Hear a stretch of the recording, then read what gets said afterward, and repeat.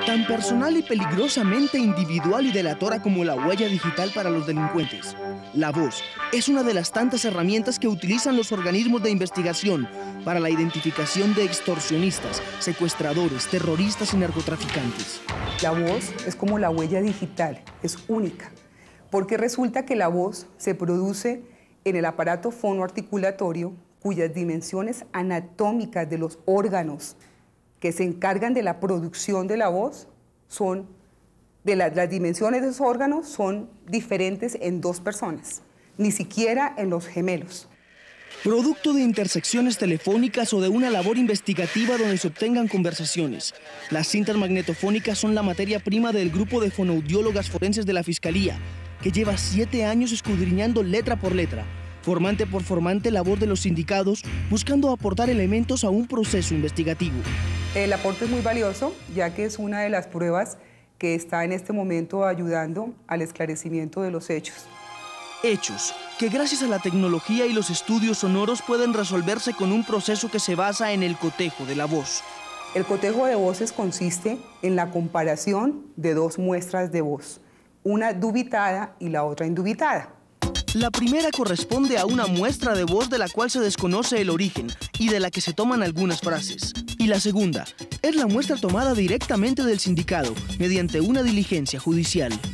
Al sindicado se le coloca que repita estas frases, se le informa previamente qué queremos hacer con él, ¿sí? Para que él nos colabore, nos aporte su voz normal, que hable lo más tranquilo posible, pero sí es importante seleccionar estos patrones lingüísticos que se produzcan idénticos a como están en el material dubitado. O sea, no es solamente que repita la misma frase, sino que también tengamos en cuenta la velocidad, la entonación y la acentuación. Elementos que a la hora del análisis, consistente en la descomposición gráfica de la voz y el estudio de sus características, son absolutamente individualizantes. Así, a pesar de que la voz estudiada sea idéntica a la de un personaje conocido o esté distorsionada de alguna forma, el espectro no miente. Hemos pedido a un imitador profesional que nos produzca estas mismas frases.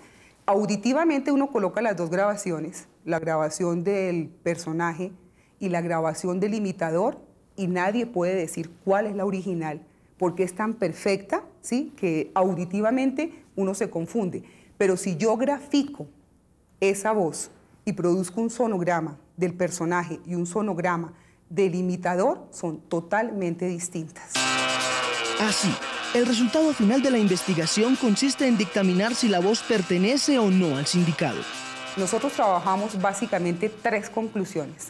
La primera conclusión es que la voz corresponde a, o sea, es un positivo.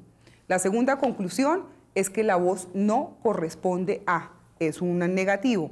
Y una tercera inconclusión, que es cuando no contamos con los elementos necesarios.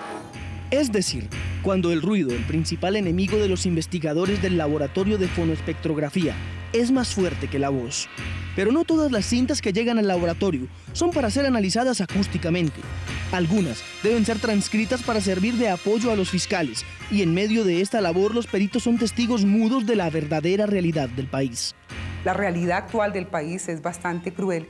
Este tipo de delitos que les hemos comentado que trabajamos sí hace que nos toque las fibras más íntimas. Aquí la gente, pues, obviamente tiene que ser uno muy objetivo en el momento de hacer sus trabajos, pero obviamente que sí se siente dolor, se siente tristeza